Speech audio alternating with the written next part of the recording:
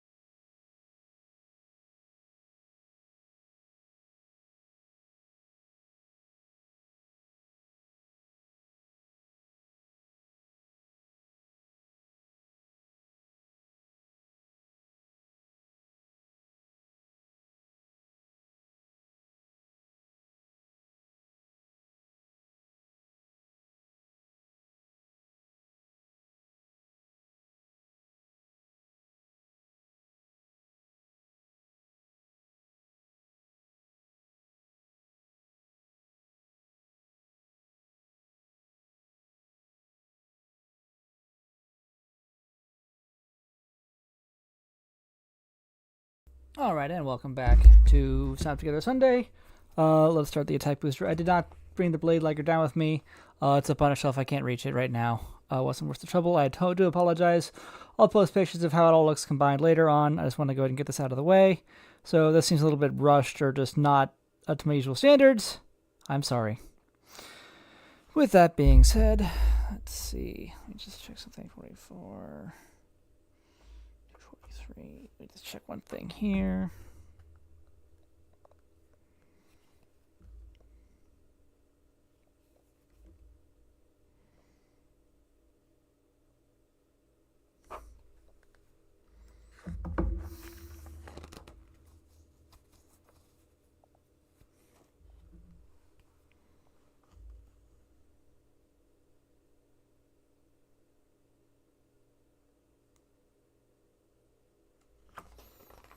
Okay. That's what I've done on this page.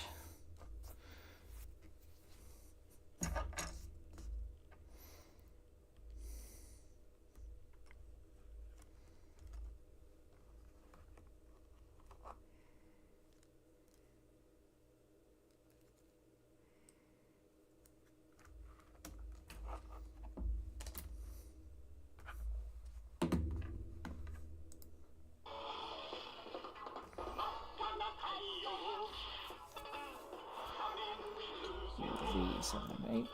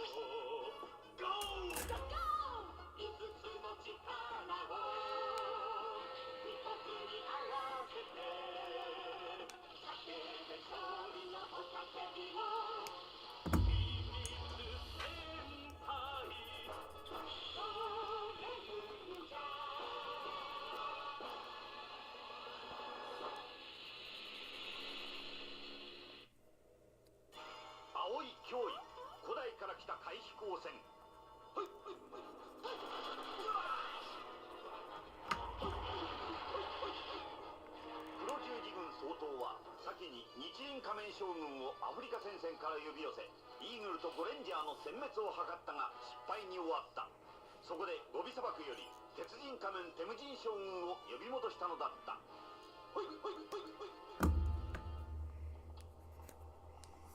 日本にはゴレンジャーと名乗るうるさいハイどもがおる。アフリカの星日輪仮面もゴレンジャーに倒されてしまった。相当閣下、このテムジン、ゴビ砂漠より素晴らしい手土産を持ってまいりました。手土産とは？はい。これにございます。大西洋に浮かぶアトランティス大陸は、悪魔の飛行船の攻撃を受け、一夜にして海中に没したと伝えられています。今からざっと1万1000年も昔のことでございます。おとぎ話など聞きたくはない。いや、おとぎ話ではございません。Oh, I want you to do this first. 一夜にして海中に沈めた悪魔の飛行船が日本のとある場所に隠されているのです。この飛行船、この地図に隠し場所が書かれています。半分ではないか。あとの半分は日本の考古学者がゴビ砂漠よりも近い、すでに発掘作業に当たっていると聞きます。悪魔の飛行船アトランティス号はこの日本にあるというか。これさえ発見すれば天下無敵。ゴレンジャーなど物の数ではありません。面白い。早速その考古学者を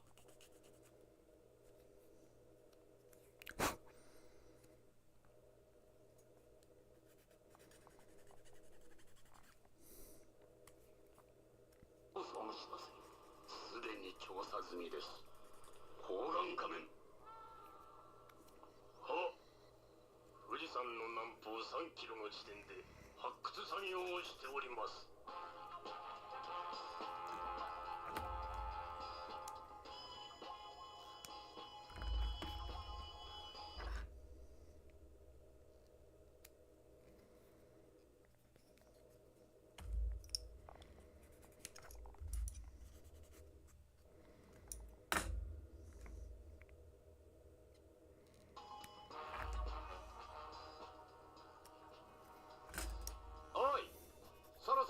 の目印が出る頃だ。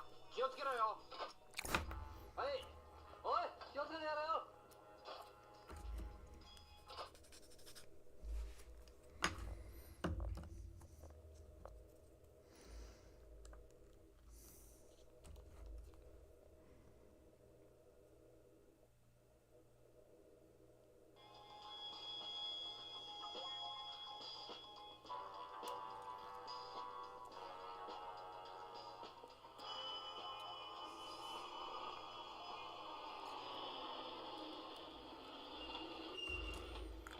清水博士。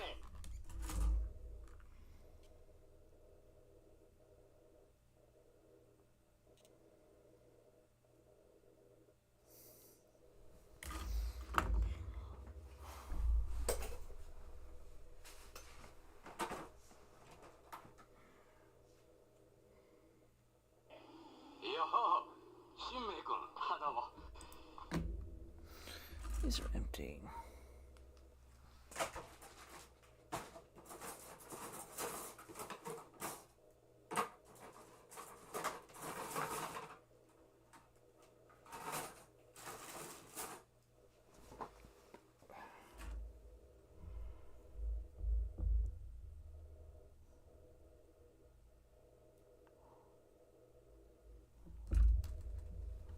Where's my palm? Where's the ones with R?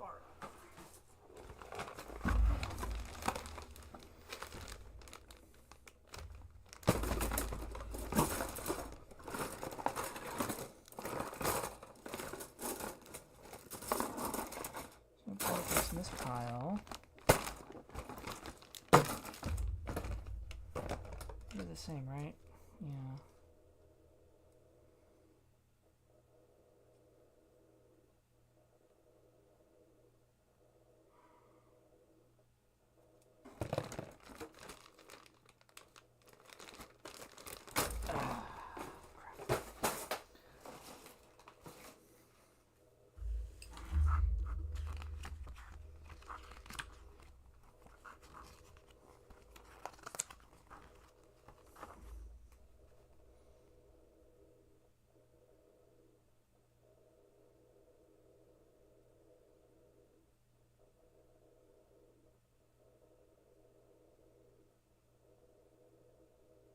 Very small one. Okay, a single.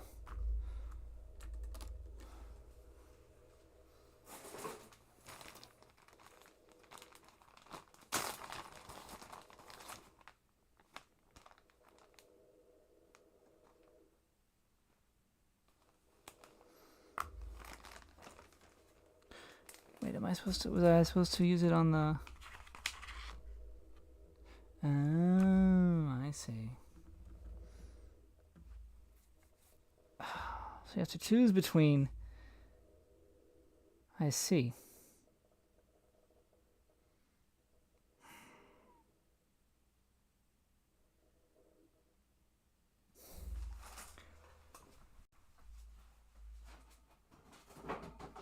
Anything else in this box, do I?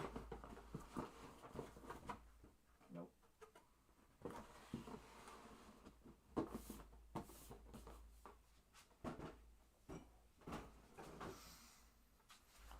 So, you have to choose between making the attack boosters or not. There's only enough polycaps to have made the attack to do one or the other, so I gotta grab my Liger and take it apart.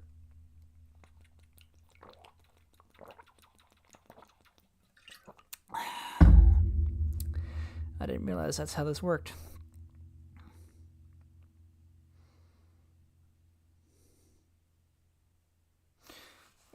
They really make you choose. That's obnoxious. Let me see something. That part will go.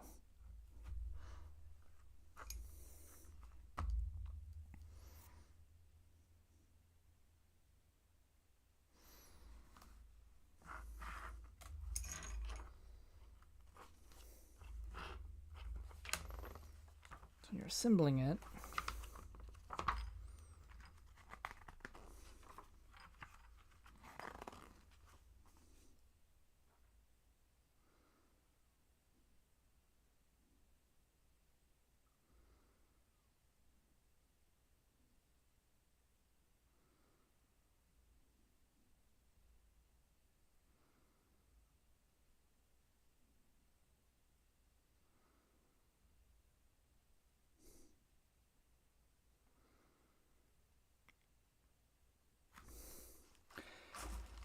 I can probably get away without it.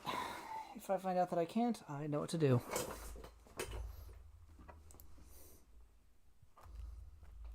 イサム君を連れてきました。おお、よく来たな、イサム。アトランティスの兵器が隠されてるんだ。降りてみないか。興味ないな。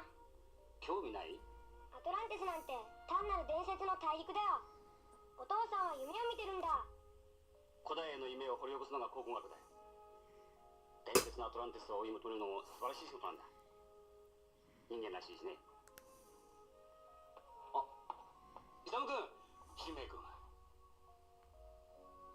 妻が病床で死の境をさまよっている時、私は学術探検でゴビの砂漠をうろついていた。とうとう死に目にも会えませんでした。イサムはそんな私が許せないんですよ。アトランティス号を発見できればイサム君の気持ちも変わるでしょう。今はそれに望みをかけてるだけだ。ところでどうですか、伊藤芝。何しろ半分なのでね、この地図が。最後のポイントを決めかねてるよ。あ、ご苦労さん。今のところ変わった動きはありません。そうか、引き続き警戒頼み。はい。お嬢さん方のボディーガードは少し大げさじゃないのかね。いや、黒十字軍のことです。もしかしたらアトランティス号を狙ってるかもしれませんからね。新明さん、助けて。イサム、頼むぞ。イサム。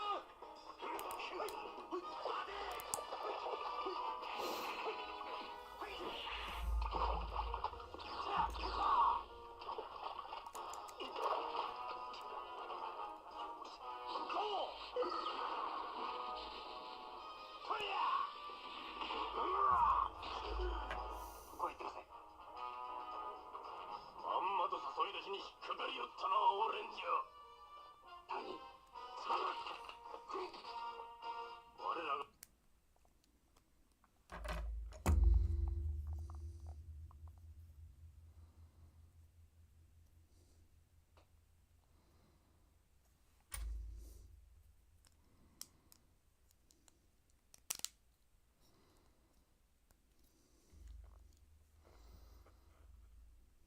目的は清水博士を連れ去ること。そこで一芝居打ったのよ。そうか。しまったな。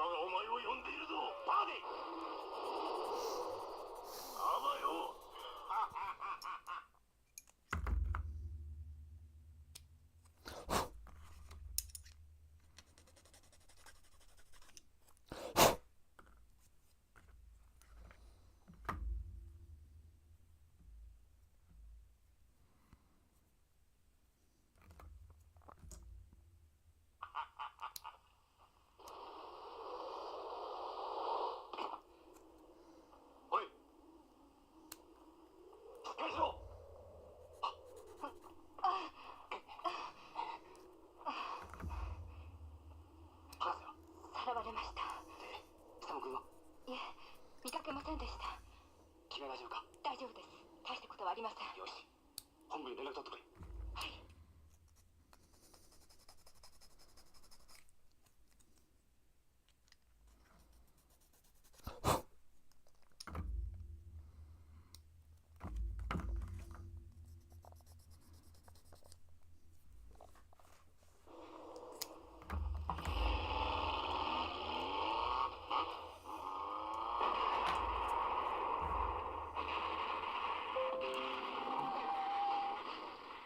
白い地帯に突っ込むとこだった。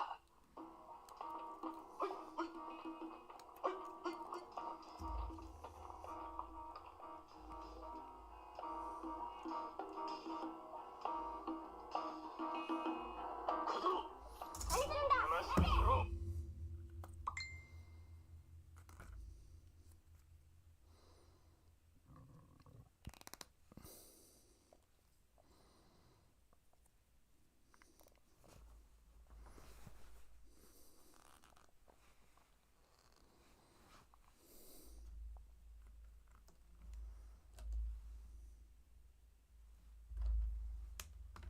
お前の親父に合わせてやるぞ。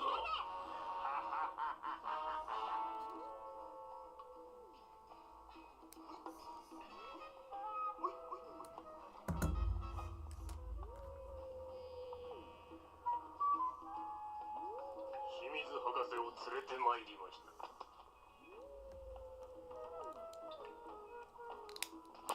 地図を出せ。残りの半分だ。あ、その地図は。そうだ。もう一枚をつなぎ合わせれば悪魔の飛行船のありかがわかる。よこせ。その地図をよこせ。何をする。この地図はアトランティスの謎を解くために使うべきだ。侵略の道具に使うべきではない。お父さん。お父さん。サム、何するんだ。あとの半分をさせる。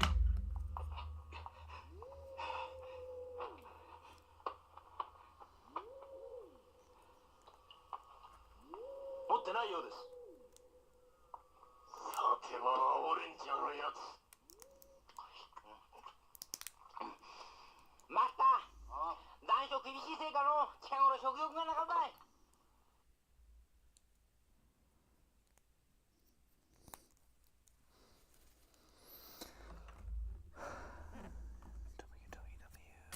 TUVW 食欲がなくて3杯も食えりゃ立派だよ、お前。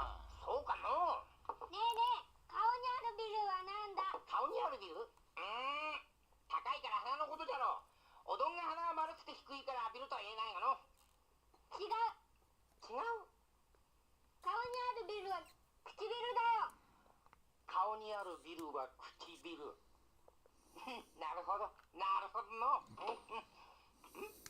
マスター、こんなものが表に。果たし状か。果たし状？ついてはお互い所有半分ずつの地図を持ち寄り、1対1の決闘の末勝利者が地図を持ち帰るというルールでこの戦いの決着を。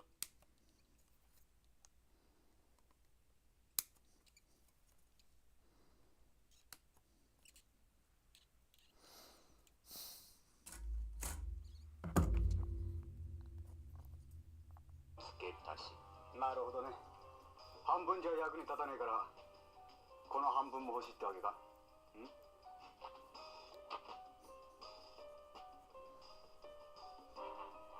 そんなことになったら一大事だわ。グレンジャーとの対決ではなく1対1の勝負にしたところがミソだ。1対1なら勝てると読んでいる。そして俺が受けて立ちます。いや、5人で一気に倍返した方が確実だよ。そうすべきだい、新明丼。いや、清水博士親子も助け出せないわ。この人俺が決着をつける。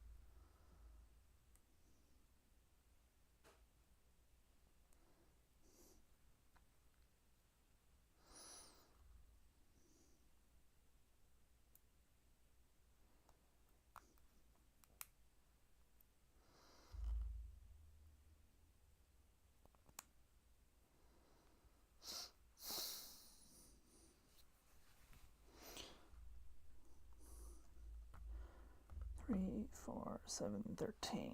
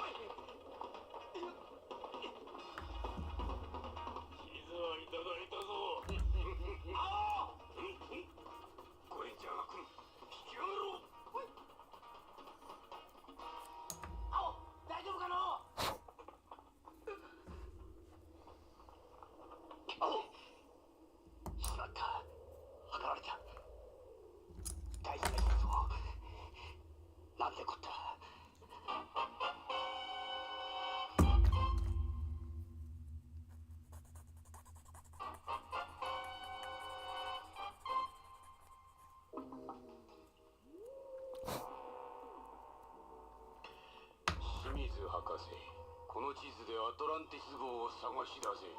おい、何？この地図は考古学のためにのみ必要なのだ。やれ。は？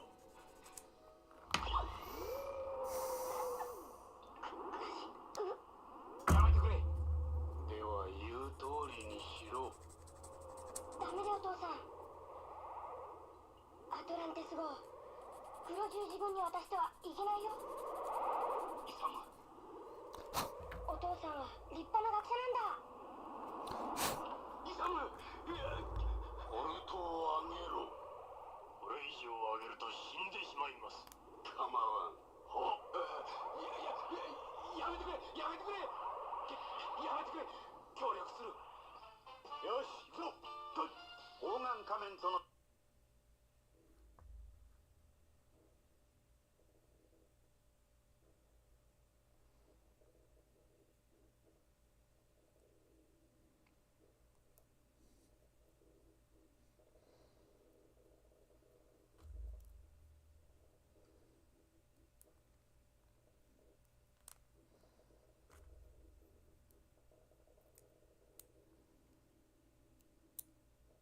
戦いで思わぬ不覚を取った青レンジャーは来るべき決戦に備えて必死の特訓を重ねていた。ああ、そんなに接近しちゃボールの蹴りようが仲間へ。そうか、奴の砲丸ライナーを封じるにはできる限り接近することだ。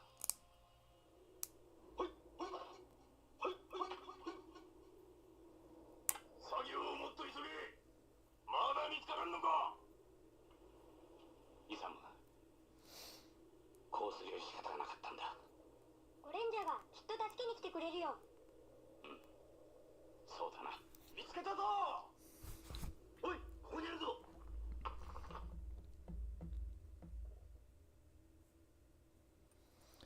Okay, do this whole thing again.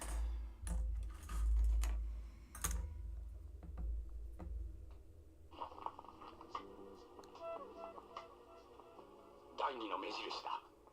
あと第3の目印を発見すれば。どの方向を探せばよいのだ。右に30度、あの地点だ。よし、みんなで探せ。はい。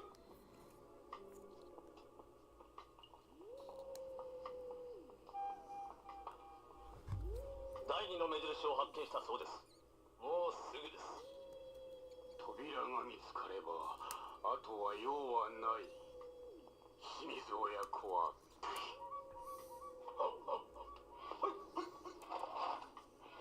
まだ見つからんのか。おのれ、見つかりました。第三の目印だ。どうやれば開く。あとは太陽の反射を待てばよい。自動的に岩の扉が開くはずだ。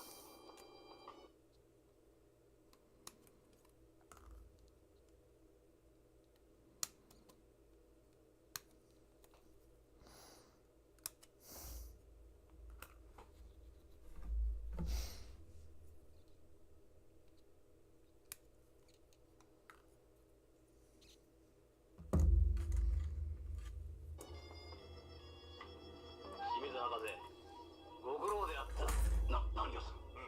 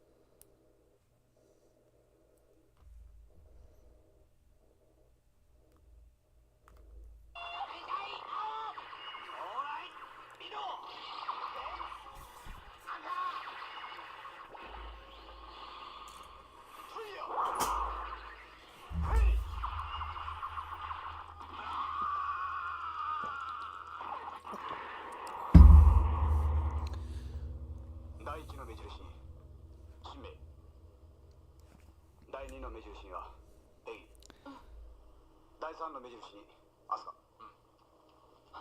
おとまはああ、大ちゃんはミヤリ。任せなさい。みんな位置ついてくれ。オ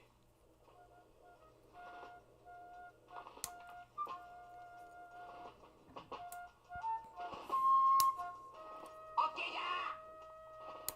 第1の目印、右へ10度回して。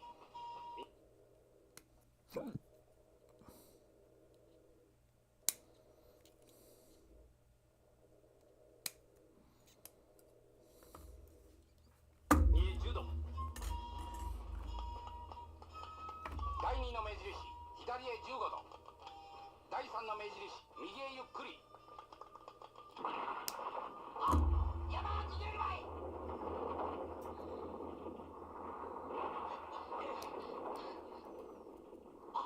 扉じゃ、扉がねえたい。行ってみよう。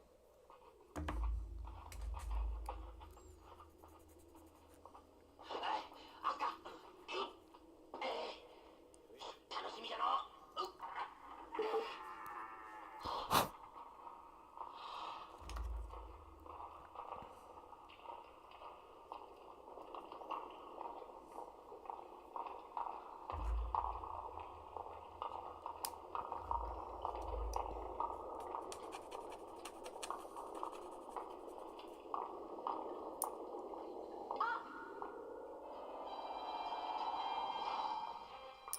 何か見えるぞ。ついに発見したぞ。アトランティス号。伝説が眠っていた。本当だったのね。イサム君、どうだい。お父さんが言ったことは楽しかったろ。乗ってみたいな、アトランティス号に。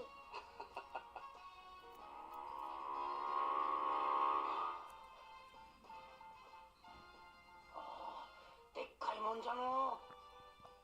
気をつけろ。様子が変だぞ。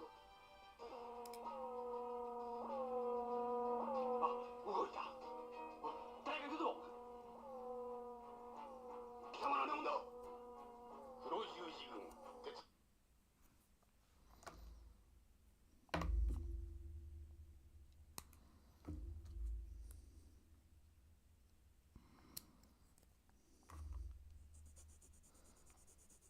人仮面テムジンだ。同じく歯車仮面。お父さん、イサム、アトランティス号は黒十字軍がもらったぞ。発進。はい。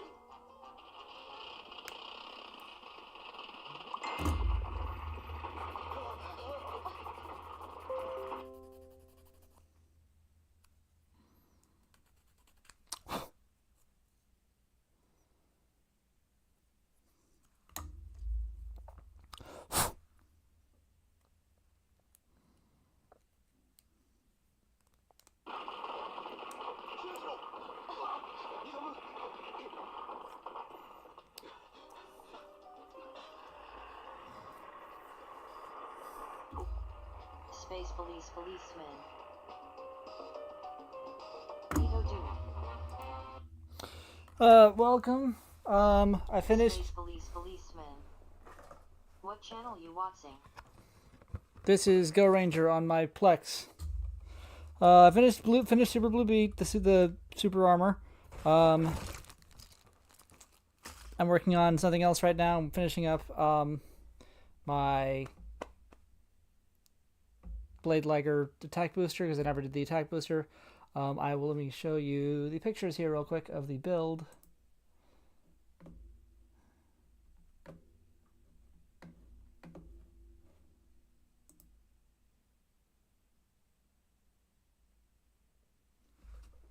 Space Police Policeman. I need to complete Daltanius. You do, and you need to show me pictures of it completed or in progress.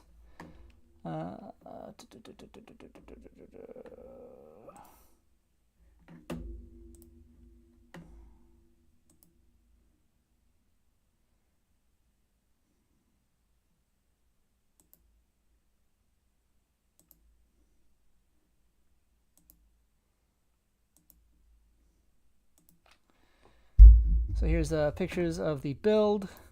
That's the pieces, obviously. I did not do any pre-painting. I bent to it. I wanted to see how it turned out. Now that I've seen how it turns out, I'm going to go back and paint some of it silver. There is Black Beet holding the Beet Ingram, because he was the first one to use it. Aiming it. Then Blue Beet gets it and powers up. Black Beet's like, no! Super Blue Beet firing the Ingram. Black Beet firing his B commander. No, Beet. What's his gun called?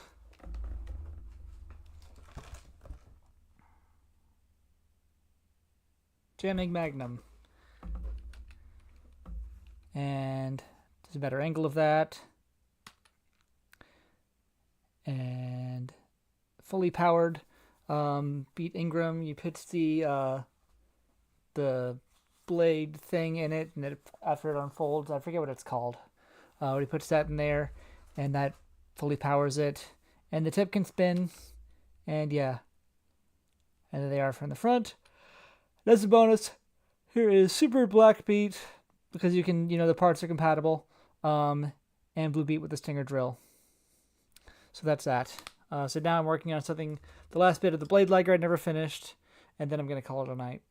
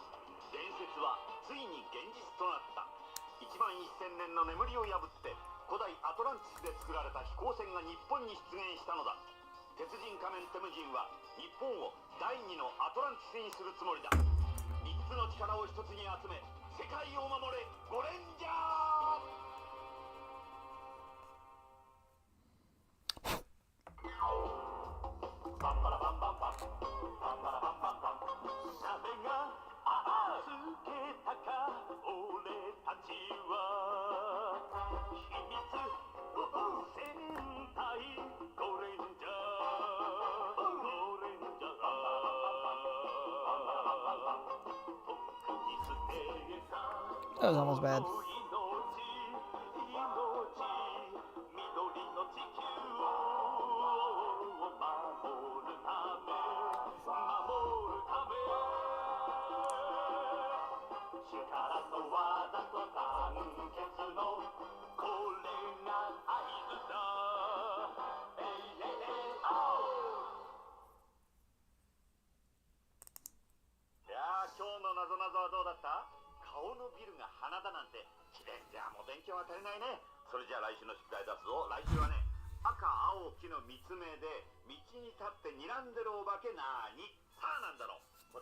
It's a traffic light.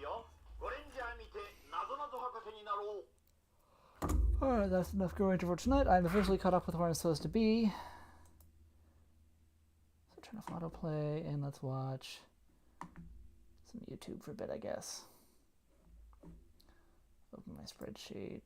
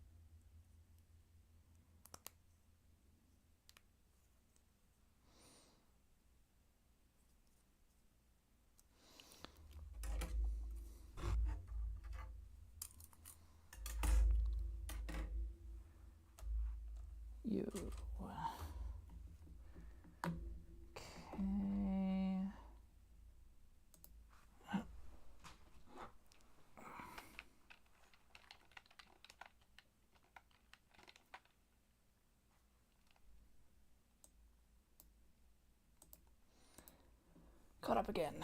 Okay. Let's see, the Blue Fortress movie is not until July 20th, so I've got this regular ass Go Ranger for a while. Let's see what's on YouTube.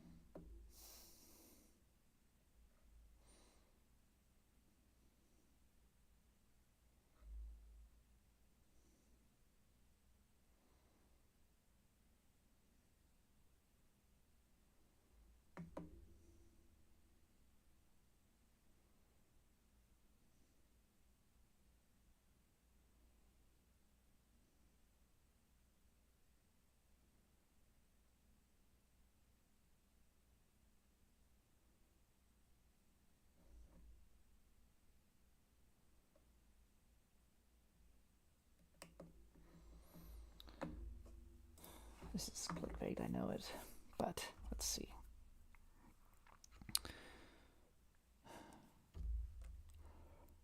U3 and U4.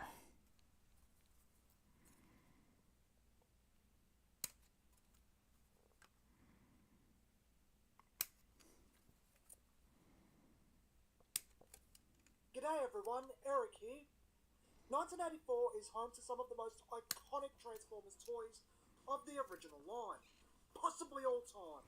Optimus Prime, Soundwave, Starscream, and Bumblebee still see releases to this day, not just because they are beloved core characters, but because these are genuinely enjoyable toys.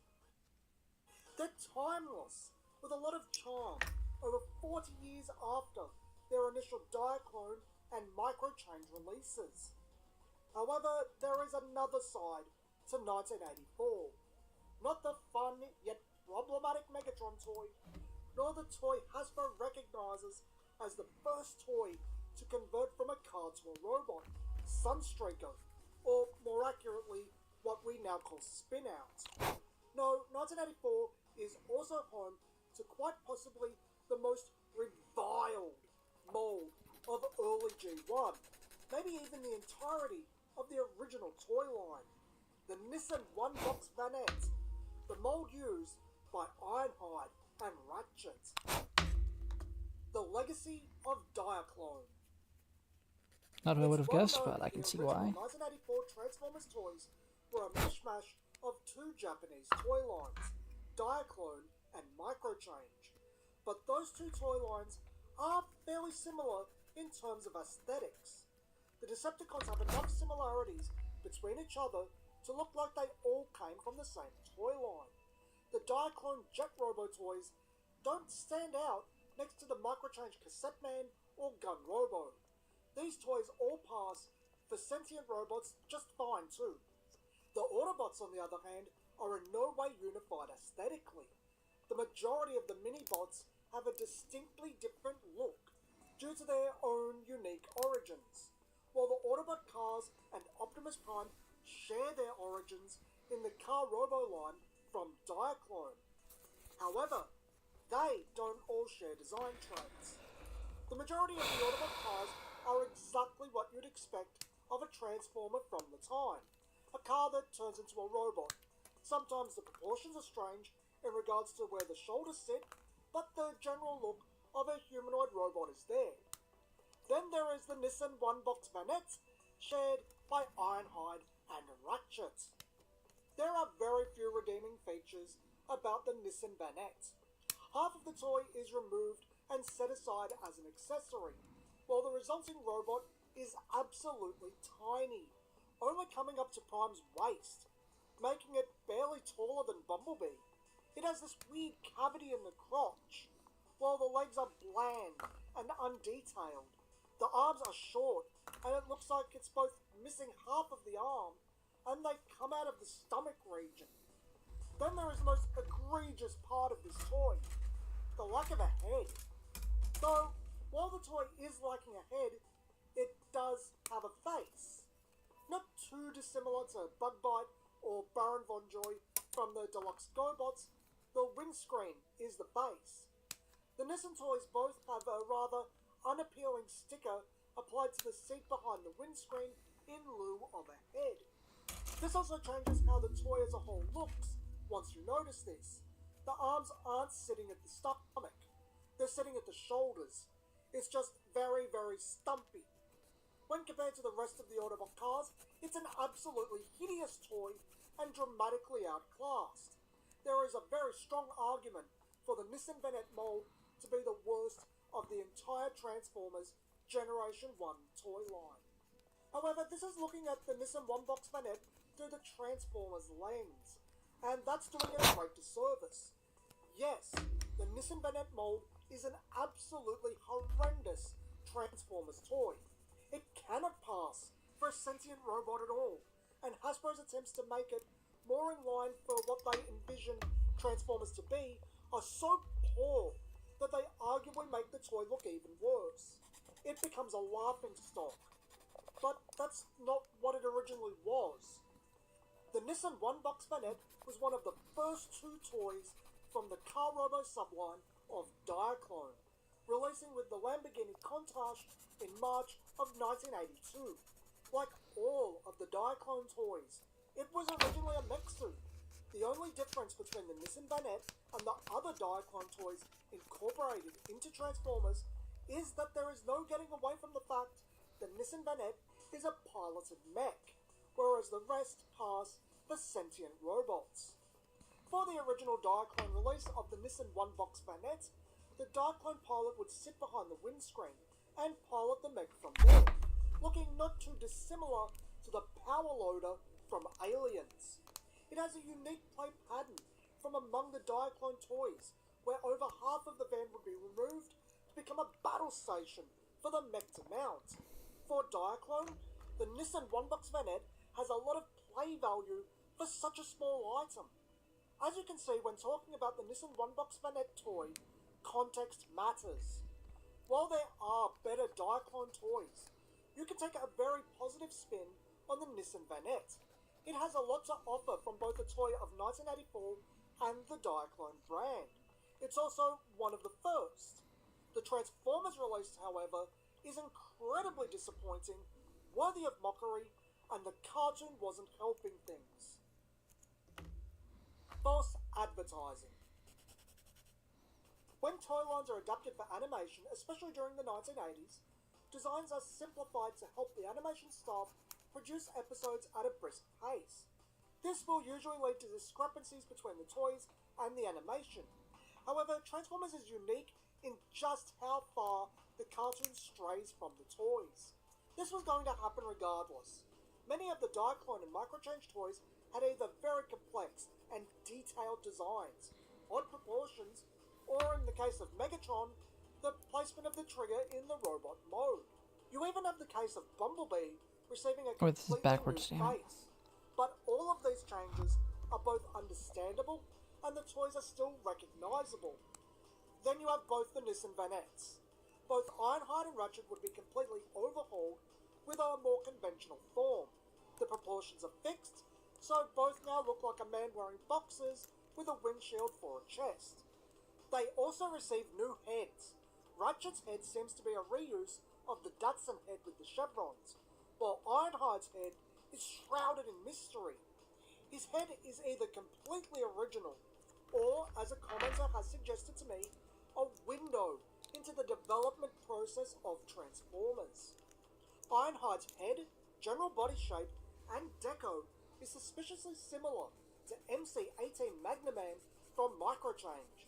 As Megatron's model is based on the prototype of the MC-13 P-38 Walther gun robo rather than the finished product, and Russell's pile drivers have a rather large resemblance to the arms of MC-19 Binocular Robo Scope Man, another toy that wasn't in Transformers, it stands within reason that Ironhide could have aspects of a toy unreleased in Transformers 2.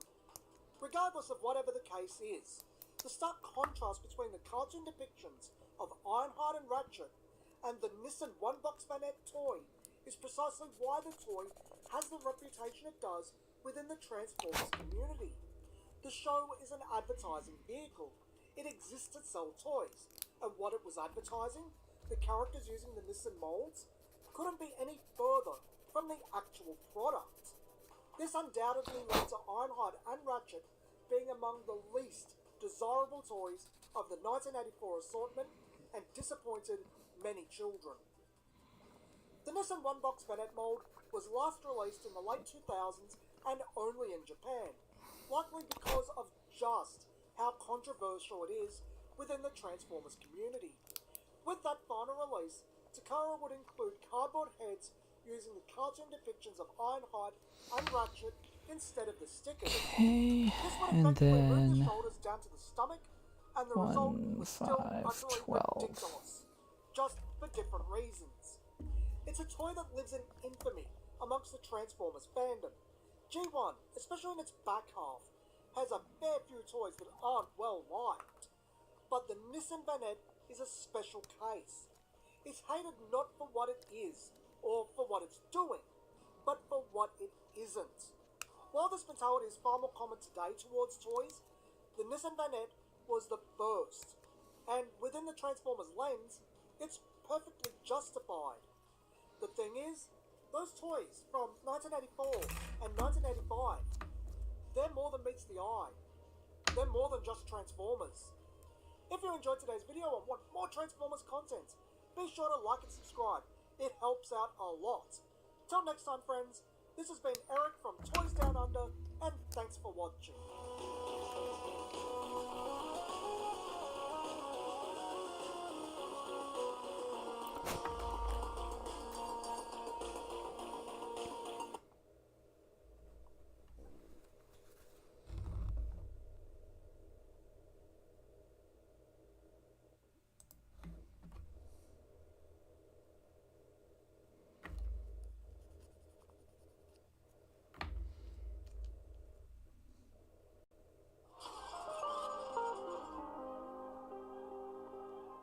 It's safe to say that LEGO is super popular, right? For perfecting the interlocking building brick system as a product, so it's no surprise that another major toy company would like a taste of that action. As long as they're not purely ripping off the builds, they can do so. The brick build system is a building tool like screws and nails, so any company can legally tap into the system even if they're compatible with other brands. Hello, I'm Brian, what's up? And we're taking a look at the rise and fall of Creo Transformers.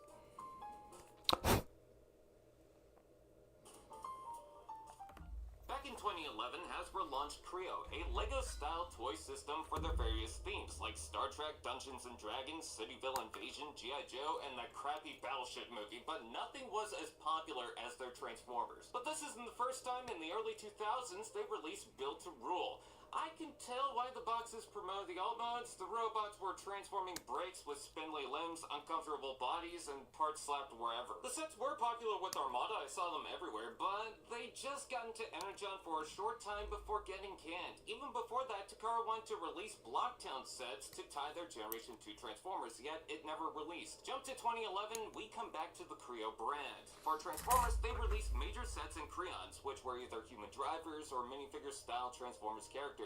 Safe to say they were pretty much the reason why anyone would be into Creo. They also released a robot chicken skit. From the promos and micro-changers to the obscure canceled sets and Creons that never existed, let's take a glance at every Creo set from Transformers. And where else to start but with I'm pissing on the moon! Special thanks to my members for the support, and you're watching this.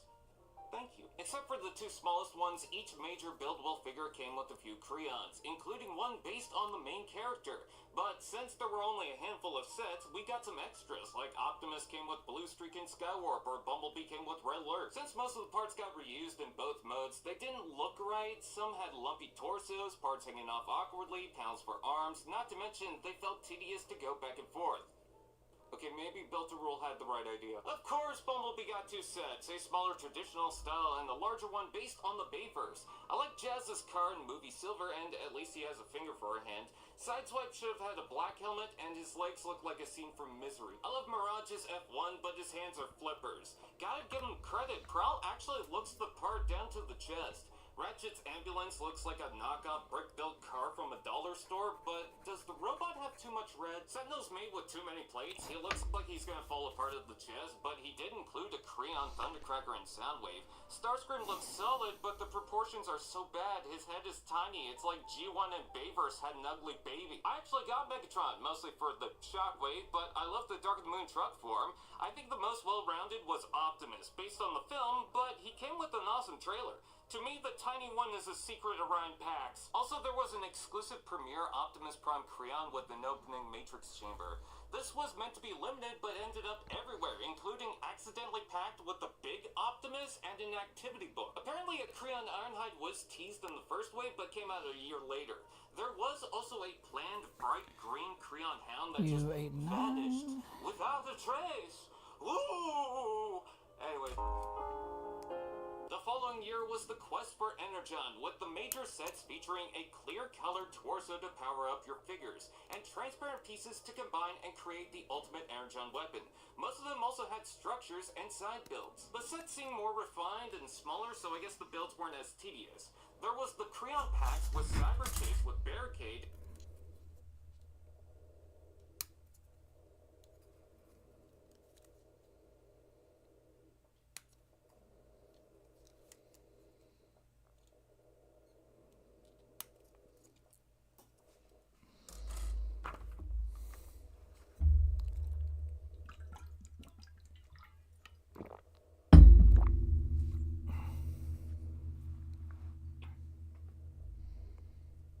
Troopers, and Decepticon Ambush with 3 Viacons and a soon-to-be-dead Cliffjumper. At least when they did another Bumblebee, they did the stealth colors with the Prime S Creon. Rotor Rage was cool, featuring Vortex with his outlandish colors. Look at the head, I love it. Optimus and Megatron returned in the battle for Energon, even though it seemed like Megatron was just trying to rob a bank.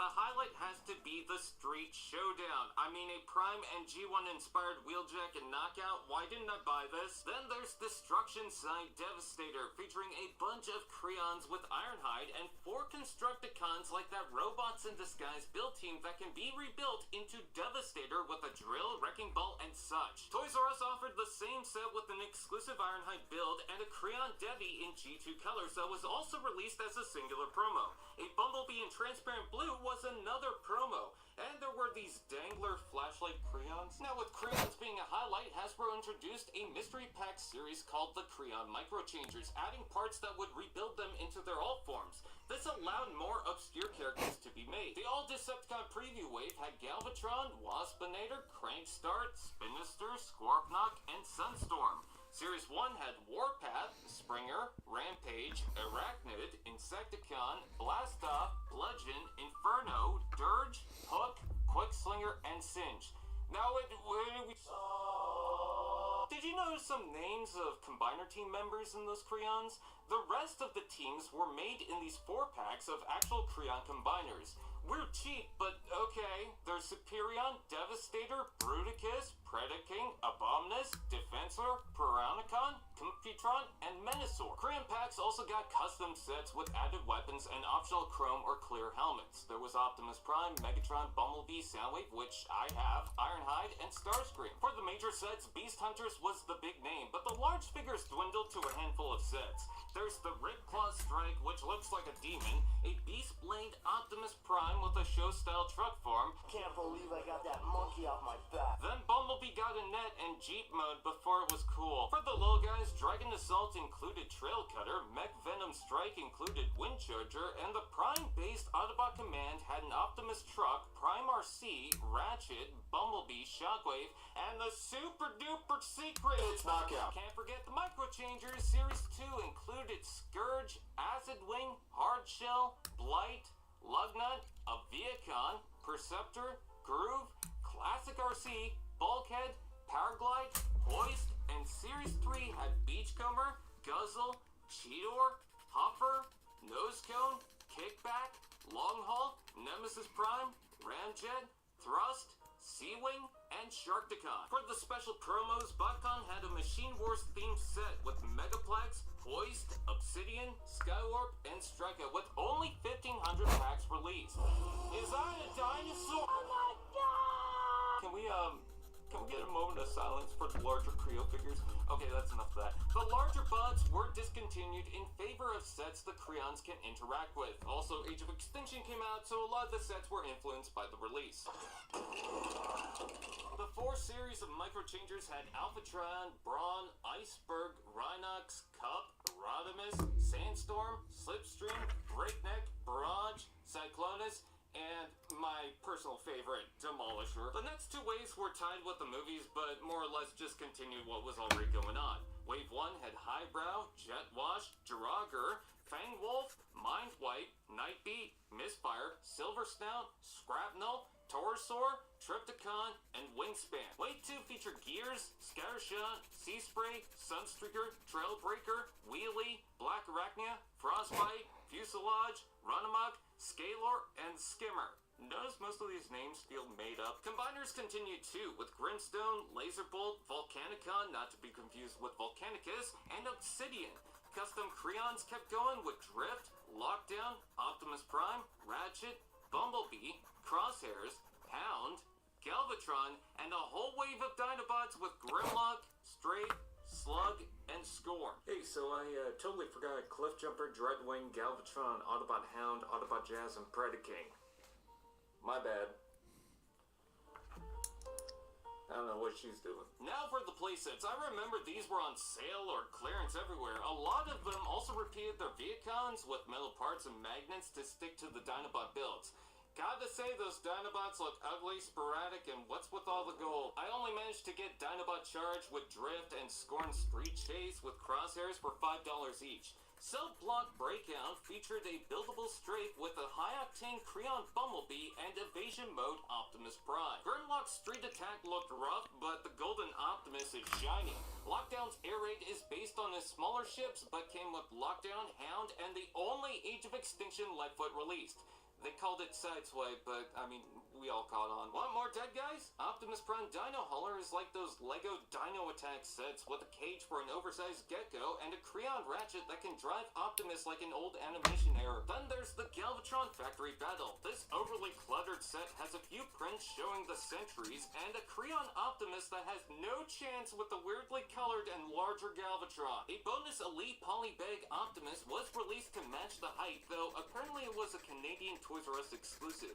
For other promos, there was Dinobots Ride with a teeny tiny Optimus and an Age of Extinction DVD pack with 2 exclusive Creons. BotCon released another pack with a G2 Breakdown, Fractal, Landshark, Shatterglass Rodimus, Rattrap, and Gigatron.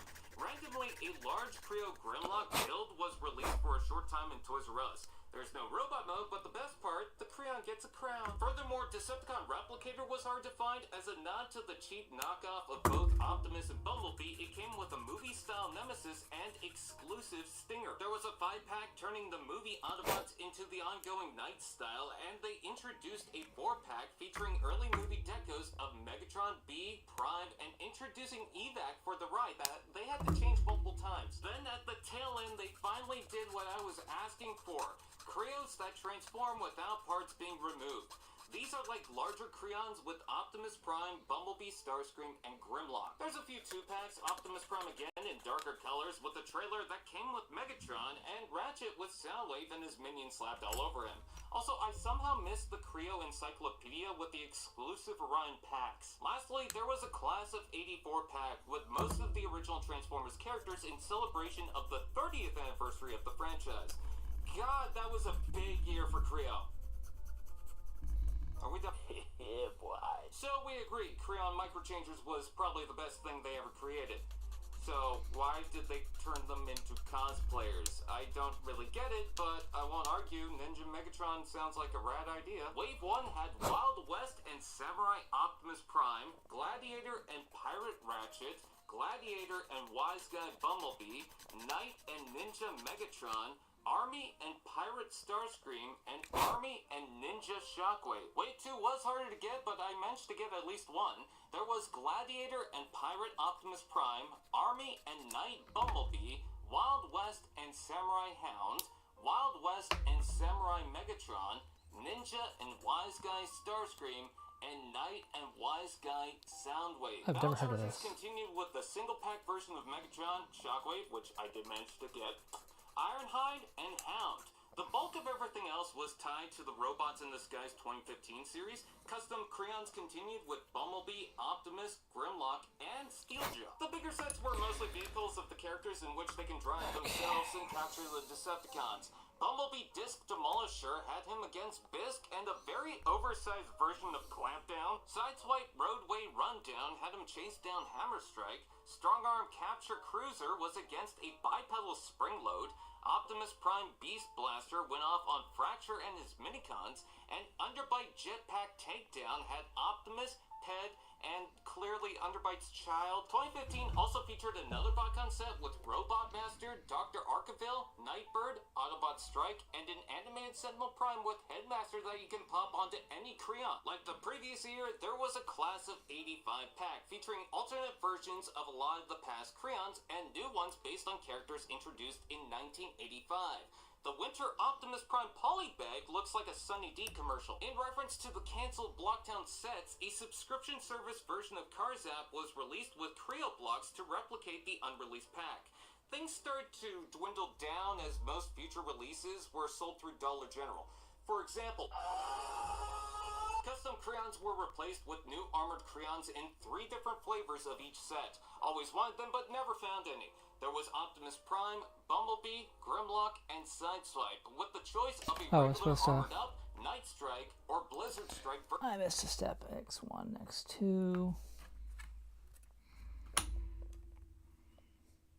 Versions. There's not much to say about other sets. I know there were more bulk bins and human crayons, but I never really cared. There were a few random brick box sets with crayons, thrown together sets, or re-releases like Ripclaw. The only real new thing in the future was a new version of the Ride Pack. This featured a green beachcomber recolor named Nest Sentry, heavily influenced by the Revenge of the Fallen Dune Runner. It is the last known crayon to be made, ending its short but outstanding run. May the line finally rest. Oh wait, there's more. Like that's ever gonna happen. A number of unreleased stuff was pitched but never came through. 2 more waves of the cosplay Creon Warriors were developed. Series 3 would have a Ninja and Army Optimus Prime, Samurai and Wild West Bumblebee, Knight and Wild West Grimlock, Army and Pirate Ultra Magnus, Army and Pirate Megatron, and Gladiator and Knight Starscream. Wave 4 would have featured Knight and Wise Guy Optimus Prime, Ninja and Pirate Bumblebee, Knight and Samurai Drift, Army and Ninja Jazz, Gladiator and Wise Guy Megatron, and Samurai and Wild West Starscream. Battle Chargers was also meant to expand with Triple Changers. There was a tease on Drift with his Minicon shown at a convention, and Blitzwing was also meant to be released with alternate heads like in animated. Apparently, Evan at Hasbro has a concept build for a Victory Saber somewhere. More polybags were meant to release too, with a Hawaiian Vacation shirt Drift, a soccer player version of Bumblebee, and apparently a Santa Grimlock for the holiday season. Hinted in animations and conventions, apparently there were supposed to be combiners using the smaller crayon bodies to form Optimus Prime and Bumblebee. I know we just talked about the cosplay figures, but this is probably the weirdest thing they made. All those faces screaming in pain, crying for help that never comes. There might be more that we don't know about. A post from Gary Chind in April 2023 shared images of clear versions of crayons that we never seen before of Optimus Prime, Megatron, Bumblebee, Starscream, and Ratchet. There was also a white version of the Robots in Disguise Optimus, and a Galvatron Deco version of Megatron. Also gotta mention the Japanese manga for giving us some cool art of what we could have had for some crayons. These aren't unreleased characters, they're just characters being referenced in the manga. However, I definitely buy a Creon Tarn, Thunderblast, Redwing, Metalhawk, Victory Saber, Thrustinator, Minerva, Prime Breakdown, Dinobot, Leo Convoy, Blaster, Energon 6-Shot, Armada Sideways, Megatron in a dress. I could go on. You You know, I think Creo needed to define itself early on rather than progress into something better for itself.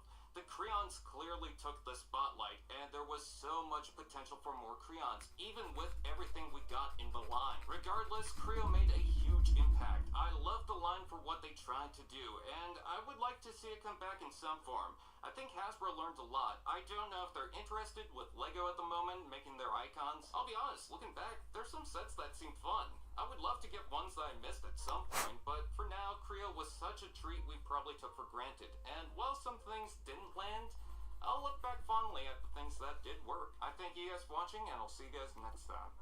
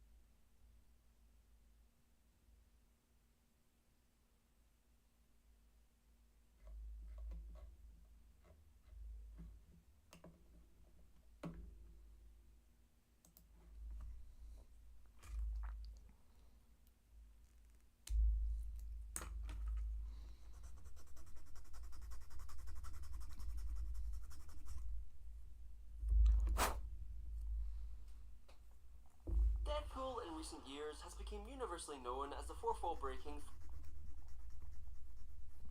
funny anti-hero played by sexy Canadian Ryan Reynolds. There's a penis picture of mine floating around somewhere. Well, guess what? We found it. I mean, the 2016 film, along with its 2018 sequel, were both huge hits, especially the first Deadpool film, as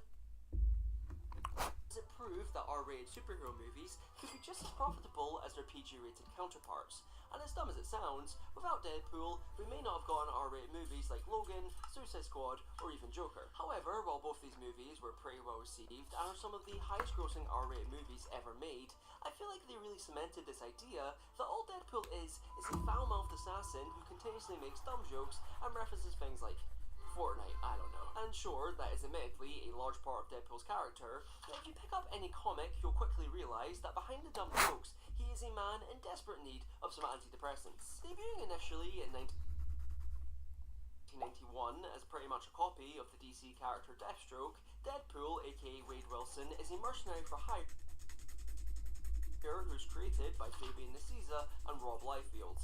You know, the guy responsible for this masterpiece. Now, the character's backstory is all over the place, mainly because Deadpool's brain is fried, but the bullet points are he got the Walter White disease, joined the Weapon X program to try and cure himself, was experimented on, was horribly disfigured as a result of said experiments, became slightly insane, but also developed a healing factor that cured his cancer. From here, the characters went through a plethora of different comic book runs, going from a one-off villain to a fan-favourite anti-hero, doing such notable things like being cursed to look like Tom Cruise, falling in love with death, like the actual entity of death. He's not only killed the entire Marvel universe, but also every fictional character in existence. He's been a Night of the Living Dead, and most importantly, he cooked pancakes.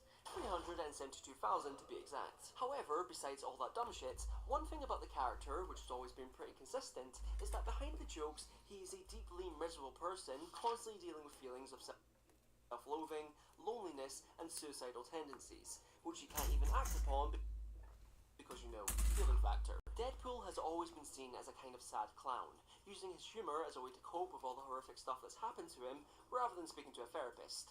The man is the very definition of mental illness, craving some form of acceptance from almost everyone he meets. Sure, depending on which comic you're reading, we can often become a bit of a meme, but he's always had this tragic side to him. Well, until this game happens.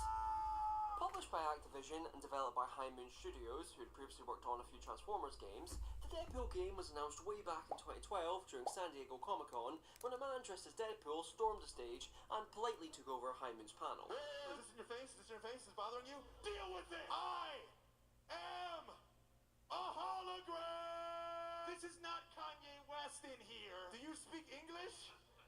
Yo soy el jefe! Shout out to Tupac, though. One love, homie. Deadpool then pointed everyone's attention towards the big screen with the announcement trailer for its very first game, Blade, showcasing the game's violent combat and particular sense of humour. We love videos with boobies. The trailer also had Wade being voiced by none other than the funny Uncharted man, Nolan North. Hey, I'm Nathan Drake. Who had previously voiced Deadpool in a bunch of other games, including Spider-Man Shattered Dimensions. And honestly, he's a perfect fit. The doctor makes mistakes. Stabby time. Anyway, after this initial reveal trailer, the game's marketing campaign quickly begun, which consisted of Deadpool taking over High Moon Studios and apparently vandalizing Amazing Spider-Man billboards. A lot of the marketing was actually done from Deadpool's point of view, with him writing an article on Marvel's website claiming he hired High Moon to make his game, and writing his own game fact sheet, again with that signature style of comedy, which hasn't dated this at all. That's probably the thing I noticed most while looking through promotional stuff for this game. The comedy is very of the time, as a lot of it relies on Deadpool just referencing things like fucking dubstep,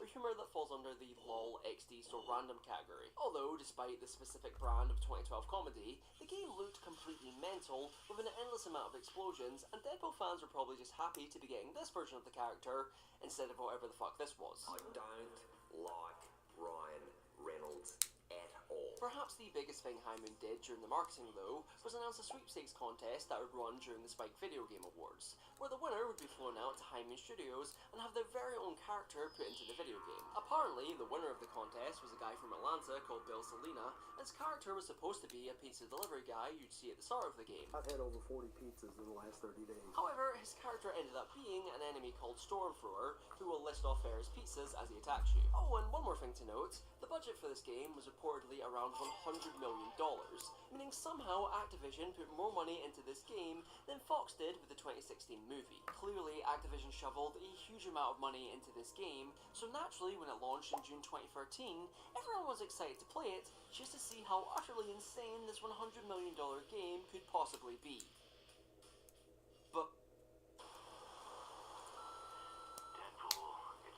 the game begins in Deadpool's dimly lit apartment, filled with an ungodly amount of trash, various weapons, and looking like he's about to collapse at any second. Here we find Wade watching TV while going through his answering machine, eventually coming to a message left by the actual president of High Moon Studios, Peter De La Peña, saying that they looked over Deadpool's video game proposal, but due to it not making any fucking sense, they decided to politely decline. So of course, Deadpool does the logical thing and bombs the place. Peter then calls Deadpool back from his presumably destroyed office and says on second thought they're giving his game the green light and a copy of the script will be sent to his apartment. In the meantime, while you wait for the script to arrive, we can walk around Wade's beautiful apartment, doing a few different things like inflating a sex doll, using the computer, or calling Nolan North. Nolan, hey, what's up, buddy? We're making a game about me. Is that it? Is that my deal? Die now, or help you, and die later. Oh, it's a tough call, but you know what? I'll take die now. Yeah, well, fuck you, Nolan. Eventually, though, the script does get delivered, and upon reading the first page, Deadpool instantly rewrites the entire thing, Behold! making the rest of the game an absolute fever dream. Seriously, the only bit of coherent plot we get is that Deadpool is contracted to kill a media mogul known as Chance White. Who is that? I don't fucking know. Here's Deadpool in a bouncy castle. Although, in fairness, Deadpool himself legitimately has no clue what's going on because he hasn't read the script, acting like your average Modern Warfare fan and just wanting to shoot stuff. The gameplay in itself feels very much like your average third-person action game from the early 2010s, with the only difference being that you're playing as this fucking maniac and have some lovely weapons at your disposal. Sure, the combat isn't anything new, but it certainly isn't bad either. I realized I'm out of frame here. Let me put this back in frame. Rating and use it to create a satisfyingly brutal combat system, albeit a fairly button mashy one. See, while Deadpool is very well versed in the art of punching dudes, he also has a very nice selection of weapons you can choose from, as you can mix and match what kind of firearms you want and pair them with 3 different melee weapons. Personally though, I never leave home without my Deadpool branded hammers. On top of that, there's also a few throwable items you can equip, most of which being explosives, apart from the fucking bear traps you can set. They did come in pretty handy though, and will be going in S tier. Obviously, all these weapons can be upgraded too in order to unlock some special attacks, do more damage, earn more money, or more importantly, carry more ammo. Seriously, I'm not kidding, this game throws like an entire army at you every 5 minutes, so you're really going to need all the ammunition you can get. And a new costume by the looks of things. What a beautiful face you have, sir. However, if you're somehow wanting to take the more subtle approach, there is stealthier too, I guess. Now, of course, the game isn't without its faults. Like anytime you're forced into combat while in an enclosed space, the cameraman will suffer an aneurysm. And despite the game only being like 7 hours long at a push, the combat can feel pretty repetitive at times. Although, I suppose this isn't helped by the huge lack of enemy variety. I mean, you're either shooting these soldiers, weird X-Men clones, or is that Dark Souls boss? To be fair though, High Moon kinda makes up for this with some insanely creative segments, utilising Deadpool's less than serious approach to the whole superhero thing, as you can quickly go from playing an 8-bit arcade game to contentiously slapping everyone's favourite Canadian. That's for being short. Honestly, I can't deny that this game has such a strange charm to it.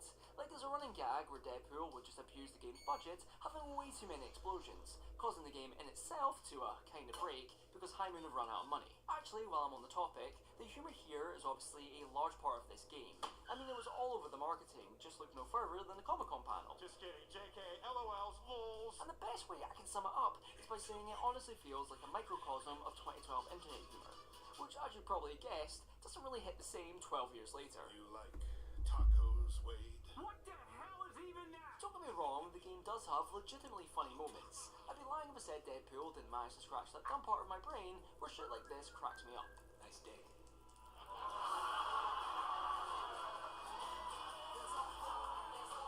Although, I will say my sense of humour has been completely ruined to the point where I unironically laugh at pictures with the impact font. Anyway, overall, the humour here is very hit or miss, ranging from genuinely funny and clever to on par with a meme you see your Uncle Barry share on Facebook.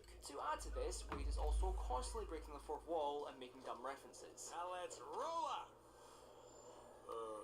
Wrong franchise, buddy. Which I will admit is funny to begin with and very accurate to the character, but after being subjected to it for a few hours, I don't think I was having fun anymore. Other than the dumb jokes, we get a few cameos from different X-Men characters like Rogue and the aforementioned Canadian man.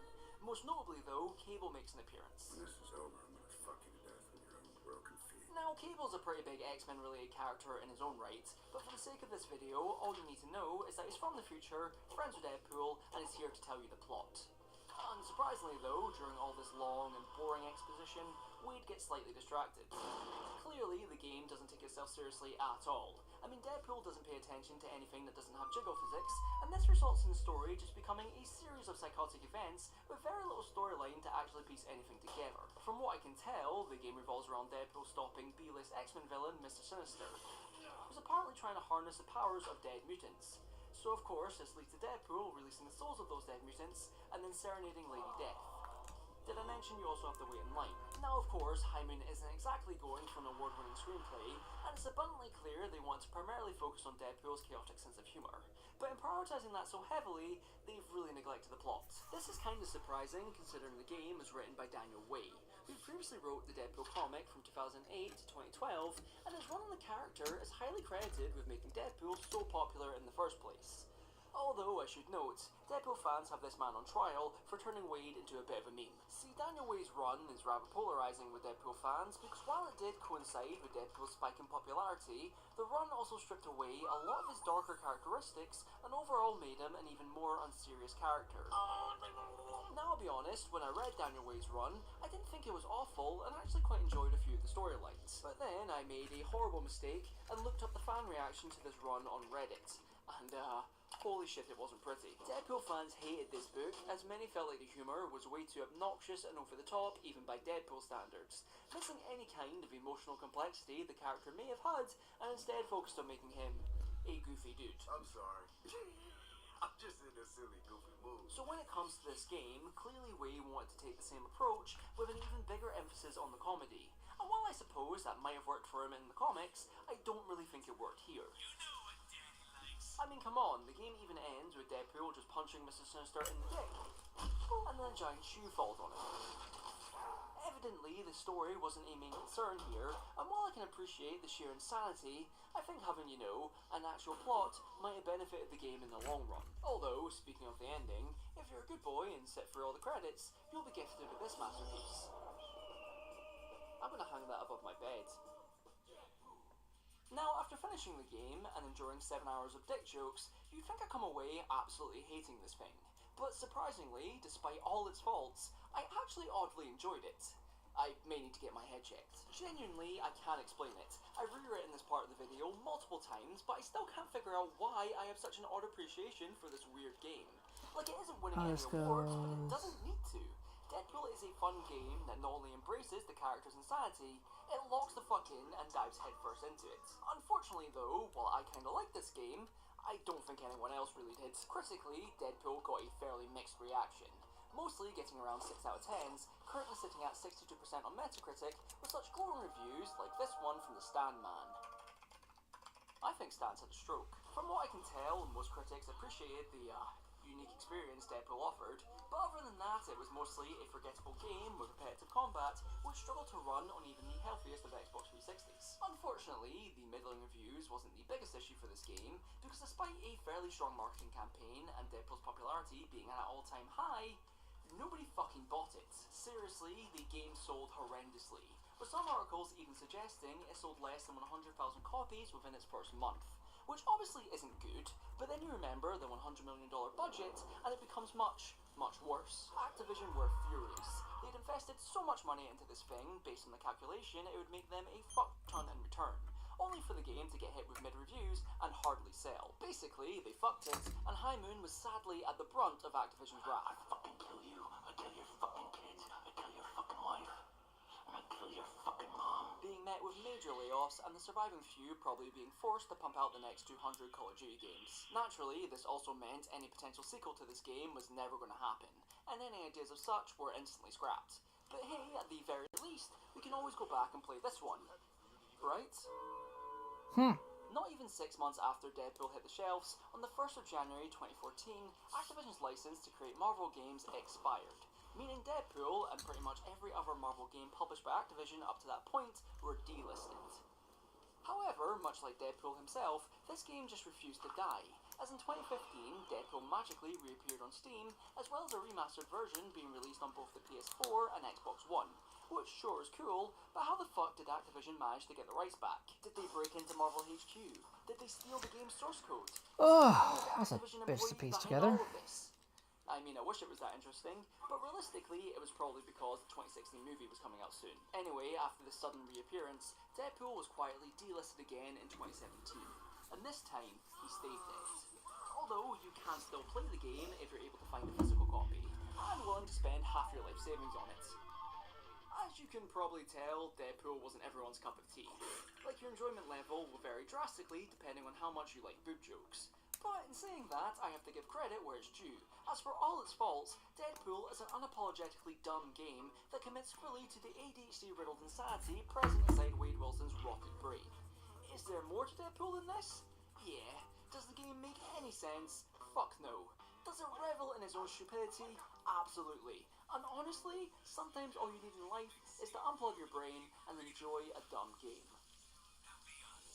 I'm not the only one with a little bit of shit in their pants right now.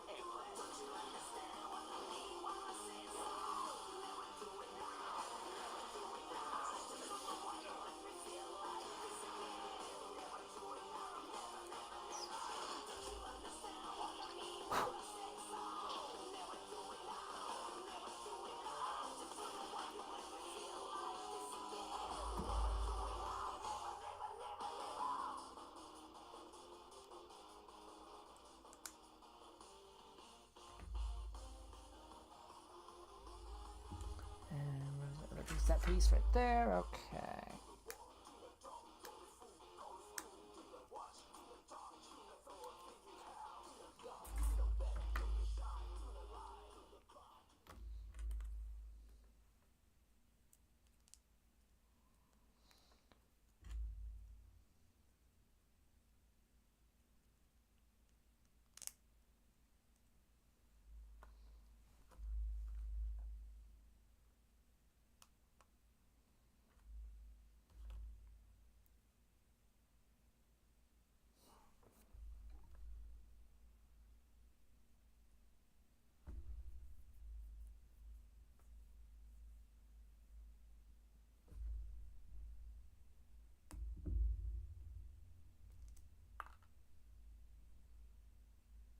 Well, that is correct.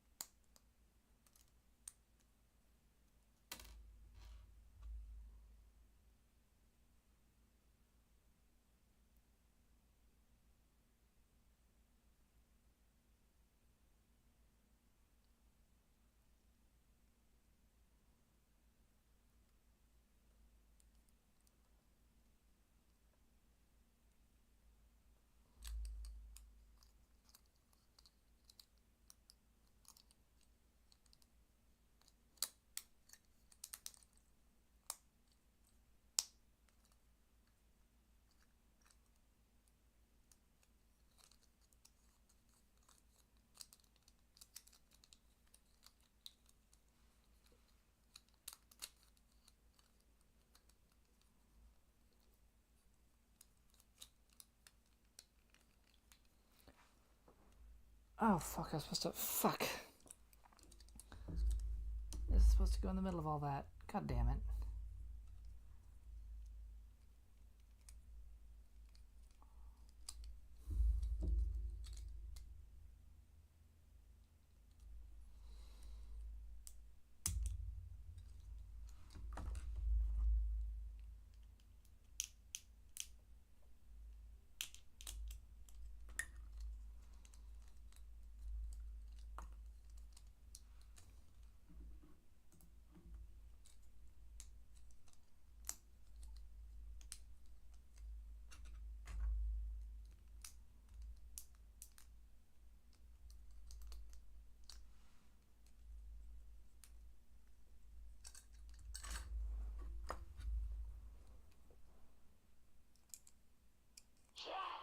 First, a little context.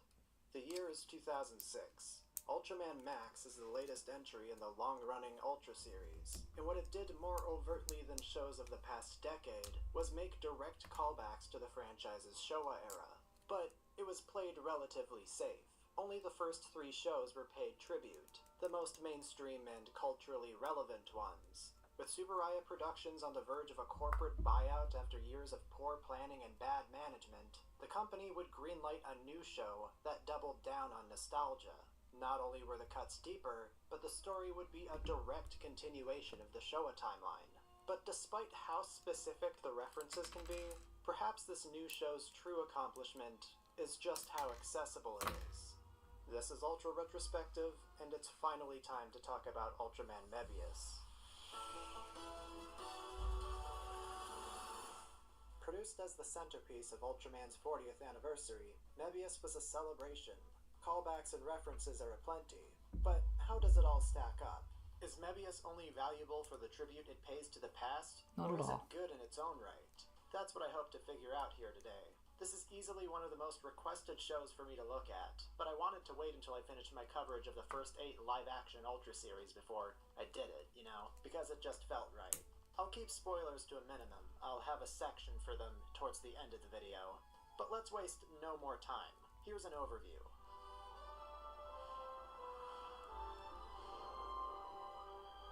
It's been 25 years since the end of Ultraman 80, and the world hasn't seen a single monster attack. Until now. The hero is Mirai Hibino, a promising young Ultra recently promoted to man status, who's ordered to protect the Earth and learn about humans. He's characterized as a bit of a weirdo, very socially stunted. He is an alien after all.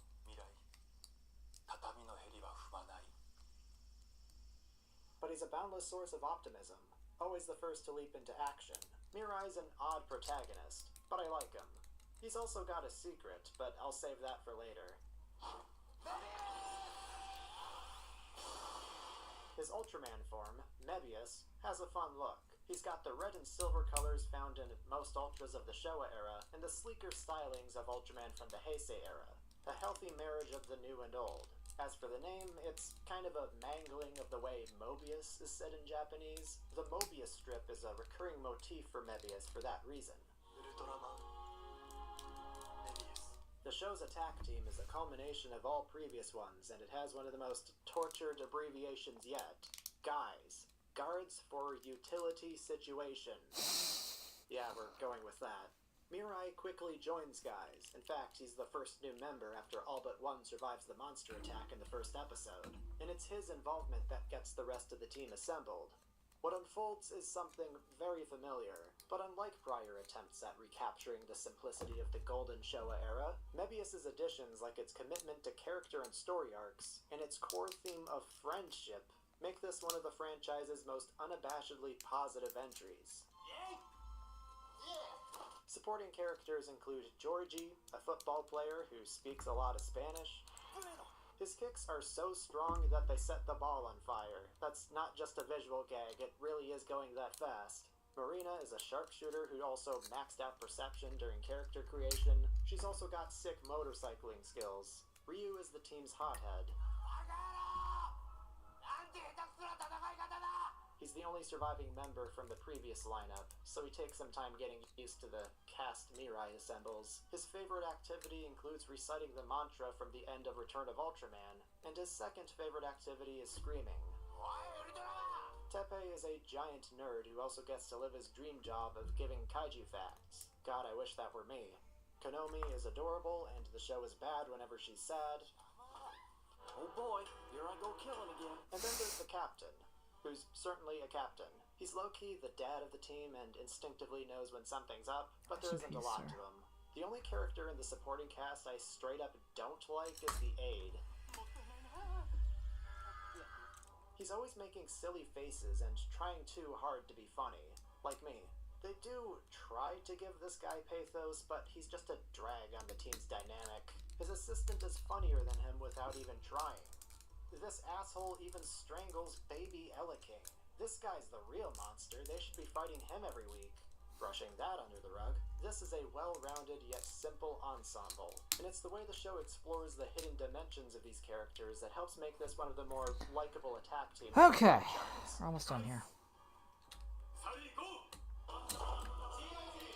GIG. They keep saying GIG. What's that an abbreviation of? Guys in green. I mean, I get the military reference, but they're not exactly wearing green.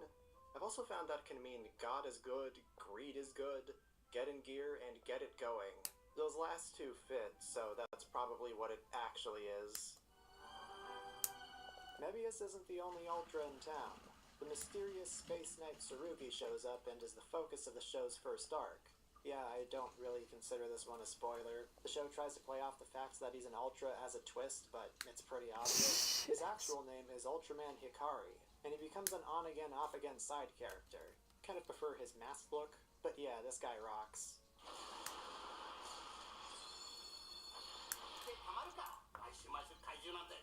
Mebius one-ups Max by not just bringing back monsters from the first two shows, but ones from the rest of the Showa era too. Even Doragori. Dragori. Yeah, the monster names are as inconsistent as ever. You can tell the current streaming services and Mill Creek are using the earlier translation because they call Choju Super Beasts instead of the clunky, terrible -monsters translation used in the Ultraman Ace release. I've said it before, but Super Beast is so much better. They even turned Ella King into the show's unofficial mascot character, like Pamu from Ultraman Dyna. I don't care if it's transparently an attempt to sell more toys with a baby, it's cute. Before there was Baby Yoda, there was Baby Ella King. Has a monster rep or two here, alongside Mebius' own lineup of newbies. Some pretty cool newbies, too. My favorite is Zamshar, because he's just really cool. I don't know, it's not that deep.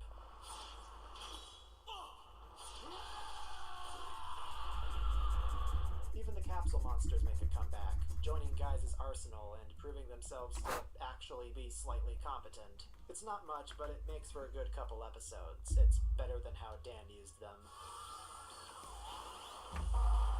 Something I really like about this show's approach to bringing back older monsters is the twists it gives them. Here we learn Twintail is actually an aquatic creature. That's why he's built like that. Sadara took a bite of gum-gum fruit, so now he has stretchy arms. Marucci has evolved into Zoa Marucci. Gomora and Red King are infected, so it makes them transform into each other. Aliens like Guts and Temperer get spicy new redesigns for the movie, too. The list goes on. I think Mebius has the best approach to bringing back old monsters. It was before it got really tiresome. I've got to champion these more unique scenarios with them while I still can. Ultraman Mebius has a running narrative happening alongside the usual Monster of the Week format. It's not something the show follows religiously like Nexus, where the drama is more involved and serious and flows between episode to episode, but the bigger plot is happening in the background and it gets more prominent as the show's arcs reach their conclusions. Mebius' story isn't one of its strong points, honestly. As much as I root for shows with narratives, I found parts of this one to be a slog because it feels like it's revisiting ideas so often. It doesn't always compel. I kind of prefer when it has one-off episodes, when they're almost completely disconnected from whatever's happening in the background and the show is able to tell these classic-style Ultraman stories with its more distinct cast. Like, the stuff with Bogal, I don't care. A standalone episode where Mirai has to train under Gen Otori, that's more like it. It's about halfway through after the movie where I think the show finds a nicer balance on story and one-off adventures. This is really more of a problem that Mebius has early on. Tsuburaya went all out for this one. The sets, the miniatures, the digital effects, it's some of the most bombastic yet. Really, it's the last time they were able to get this bombastic. The show's pacing takes after Ultraman Max's too. There's a lot more quick cutting and snappy camera work. No ending theme too. It leaves more room for the episode to breathe. Naturally, the digital effects in this Japanese show from the mid-2000s aren't as strong as the practical ones, but it's still some of the best seen yet. They've graduated from PS1 FMVs to PS3 graphics. In the very first scene, they attempt to depict Father of Ultra with a moving mouth. They stopped doing it because I think they realized it was creepy as hell. There stopped being new Ultra mouth movements, I mean. They still use this clip for every segment. They even care about bringing in details that only super nerds would notice, like the old stock explosion sound effect.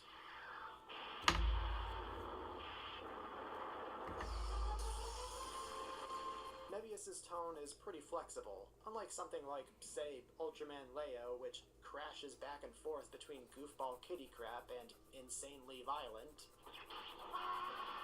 Mebius hits this sweet spot where it's able to effectively weave in and out of goofball hijinks and taking itself seriously. The show's goofier episodes are where my patience is tested a little. I love Big Silly, more so with the monsters than the people now that I think about it.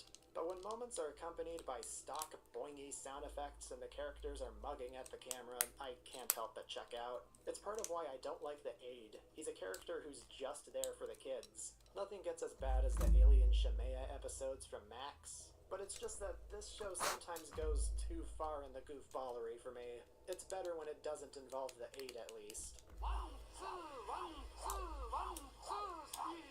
Like this scene with Windham, I like it. I like it a lot.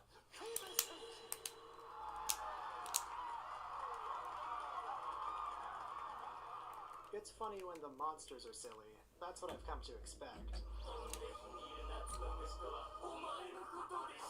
I mean this observation as a compliment. Mebius is basically a live-action anime.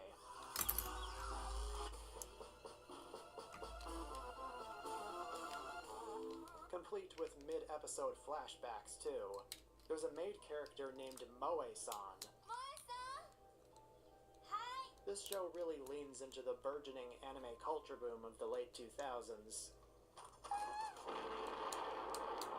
You know that gag in TV shows where a character sneezes when someone's talking about them far away? Believe me, if you've never noticed it before, you'll start noticing it now. Yeah, there's a lot of it in Ultraman in general, but I think this show has the highest concentration of it. This is the first time Tsuburaya has really embraced their past to this extent. They're fully committing to the Showa era existing as a linear timeline, with characters referencing past events and said events even getting follow-up episodes. This is unfortunately an aspect of the show where your mileage may vary, depending on how much of the Ultra franchise you've seen and what your tolerance for Red King is. For me, it's aged a little poorly, mainly because in the year 2024, I think the reverence for the Showa era has gotten stale. This is an unfair thing to pin to Mebius, but this is called Ultra Retrospective. I know I format these as reviews, but my experiences are painted by what I've seen since this show, so I have to address it. There's a ton of merit to how Mebius approaches its legacy. The tribute episodes can be very good on their own.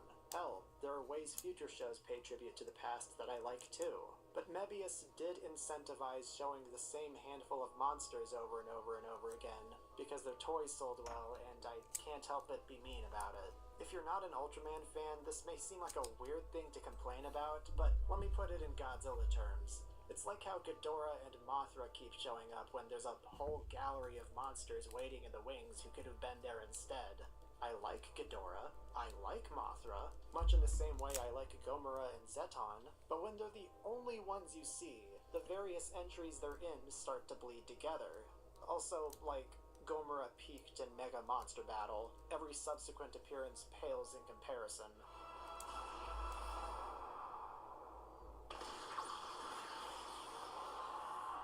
The heart of the issue isn't that the monster is appearing again, but that every new appearance runs the risk of making them another B-lister. Sure, Satura isn't very special. You can get away with having them appear again. Mebius even does something fun with them. But when it's a monster from an actually memorable episode, that's when repeated use is an issue.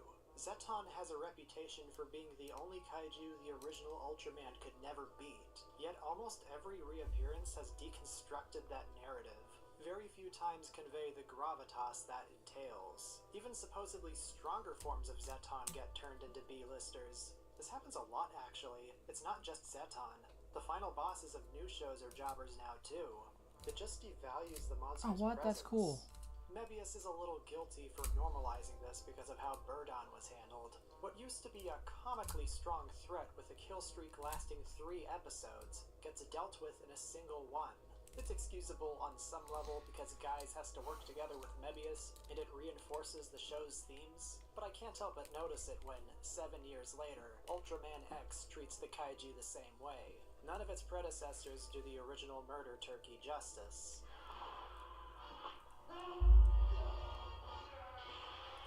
If you're gonna bring a big name monster back, it helps to... Alright. That's the attack boosters done. I will take pictures of them attached to the Blade Liger, show that off, and yeah, next week it's time to start not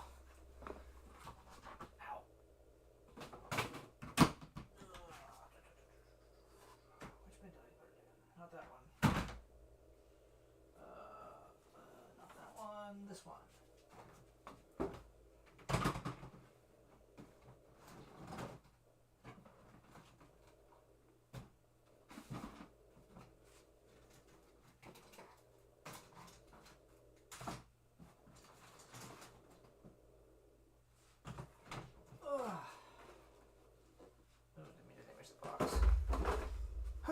Next week, and the following weeks, probably to at least the end of the month, Real Grade Gundam Epion. So look forward to that. Let's see, I damaged the box with my stuff in there. Whatever it is, what it is. It's just a box. Alright, thank you for coming out tonight. It's been real.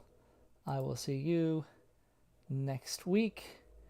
Same bat time, maybe-ish. Same bat channel. Turn off the...